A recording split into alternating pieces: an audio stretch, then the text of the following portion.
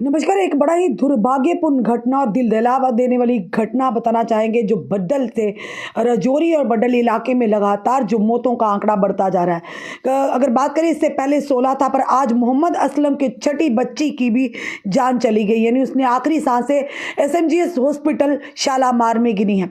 लगातार प्रशासन प्रयास कर रहे थे कि मोहम्मद असलम की जो बेटी छठी बेटी से बचाया जा सके। पूरी तरह से जो कि अपना काम कर रहे थे, पूरी तरह से निगरानी बरते हुए थे, पर ये ज़रूर कहेंगे कि आज उनकी सांसें भी नहीं बच पाई। यानी मोहम्मद असलम में उनकी धर्मपत्नी रह गई है, 6 बच्चे, जो उनका जो आंगन था, जो उनके गलियारे थे, उनके आंगन जो उन बच्चों की चिलचहाट से हमेशा गूंजते थे, आज वो परिवार सूना हो रह गया।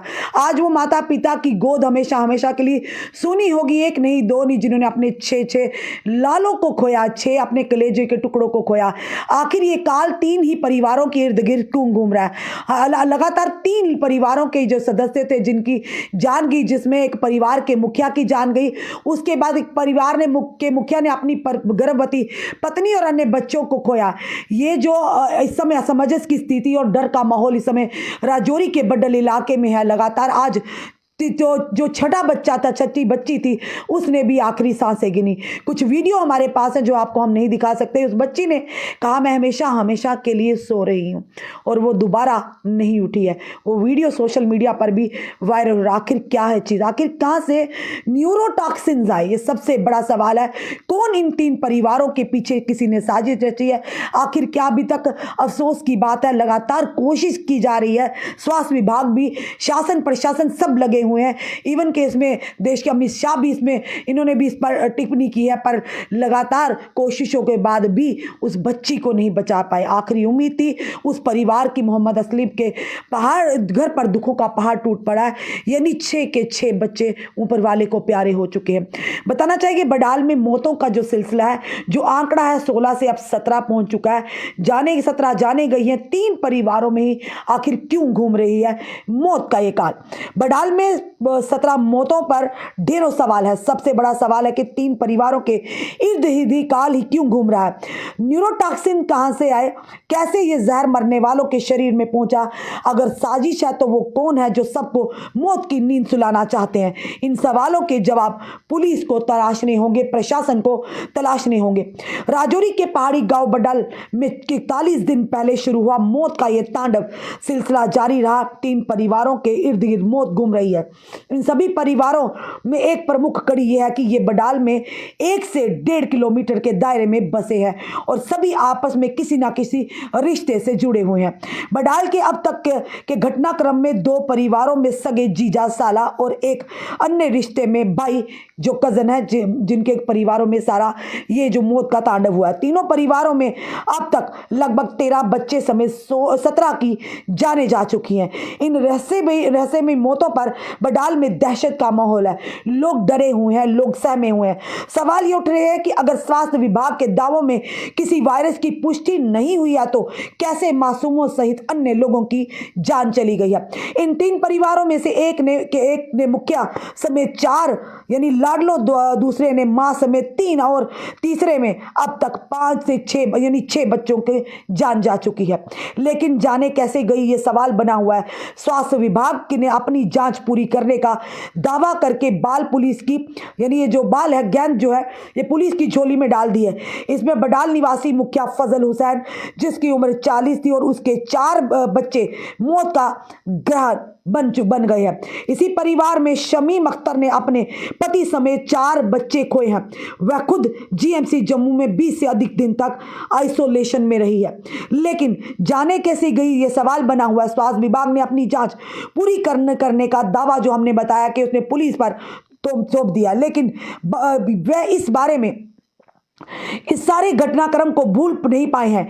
एक अन्य बडाल निवासी मोहम्मद असलम भी अपने 6 बच्चों को खो चुके हैं, और उसकी एक बेटी जो कि जिंदगी और मौत की लड़ाई शालामार हॉस्पिटल में लड़ती, आज उसने भी दम तोड़ दिया है।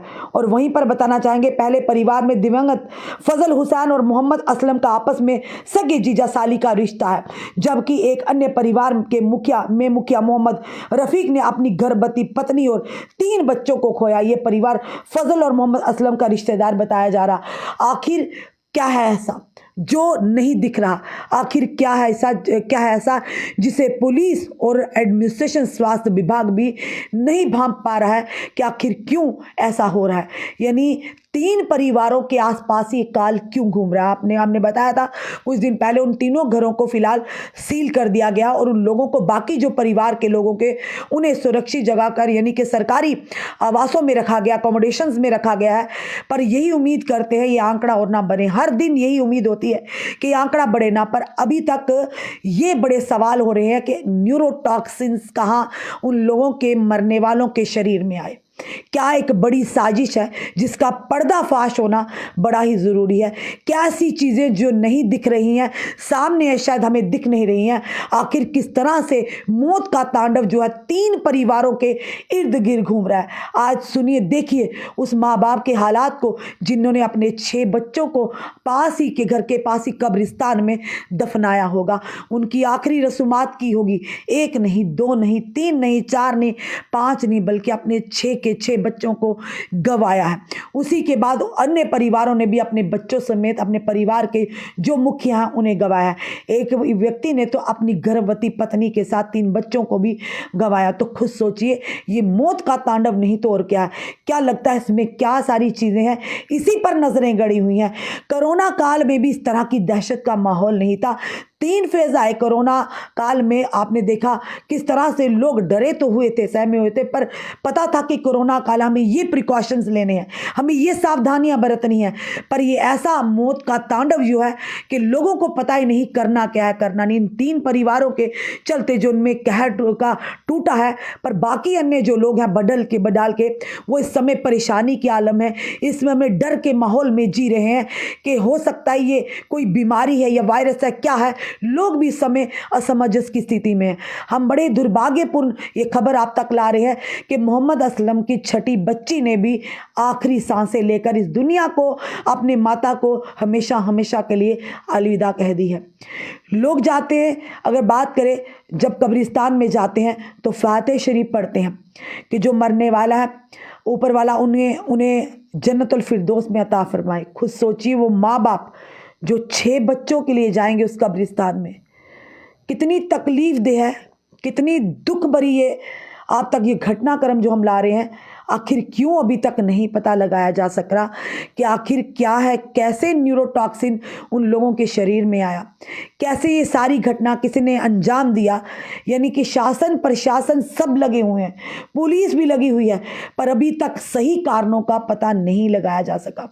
लगातार इसमें देश के गृह मंत्री अमित शाह जी भी, उन्होंने भी इस पर जो कि आदेश दिए हैं। एलजी मनोज सिन्हा भी पैनी नजर रखे, डीसी राजौरी भी पैनी नजर रखे हुए हैं। स्वास्थ्य मंत्री इवन के अगर डिप्टी सीएम से लेकर सीएम जो उमर अब्दुल्ला वो भी पूरी तरह से नजर रखे हैं। पर अफसोस की बात यह है, एक के बाद एक जाने जा रही हैं। नहीं अंकुश लगा पाए, नहीं बचा पाए मोहम्मद असलम के एक भी बच्चे को। तो बड़ी ही दुर्भाग्यपूर्ण घटना है। हम ऊपर वाले से दुआ करते हैं मोहम्मद असलम के उन 6 बच्चों को, या बाकी जो अन्य गए लगभग 17 लोगों को, ये कहेंगे ऊपर वाला उन्हें जन्नतुल फिरदौस में जगह अता फरमाए। उनके परिवारों को इस दुख की घड़ी में, इस गम की घड़ी में लड़ने की शक्ति और ताकत दे। पर ये वो गम है माता पिता के लिए, यानी खाली होके बैठ गए। उस माँ की गोद सूनी होगी जो 6 बच्चों की किलकारियाँ थी।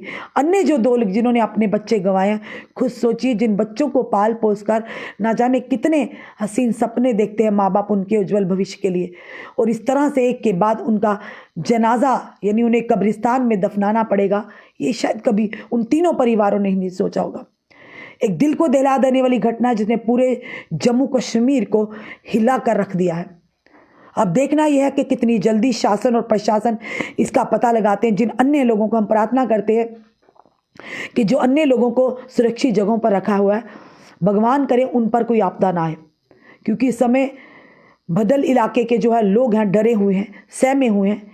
ये प्रशासन सरकार की जिम्मेदारी है उन्हें सुरक्षा मुहैया करवाना। पूरी तरह से तंत्र अपना काम कर रहा है, कोशिश की जा रही है। शालामार हॉस्पिटल में लगातार जो सुप्रीडेंट है डॉक्टर दारा सिंह, उनकी पूरी टीमें जो थी वहाँ पर, उन्हें लगातार प्रयास किया, पल पल उन पर नजर रखी, उस बच्ची पर, शायद उस बच्ची की जान बच जाए।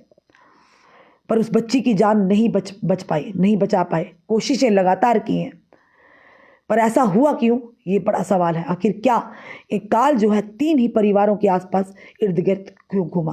क्या कोई बड़ी साजिश है जिसका पर्दाफाश होना बाकी है? कौन है वो लोग? आखिर कैसे? ये बड़े सवाल आ रहे हैं। ये हमारे नहीं, जनता के भी सवाल है कि न्यूरोटॉक्सिन जो है कैसे उन लोगों के शरीर में आए। फिलहाल आप लोग भी प्रार्थना कीजिए, भगवान उनकी आत्मा को शांति दे, उनके परिवार को इन गम से लड़ने की शक्ति और ताकत दे। जुड़े रहिए ऐसे हमारे साथ अगले अपडेट के लिए। जय हिंद, जय भारत।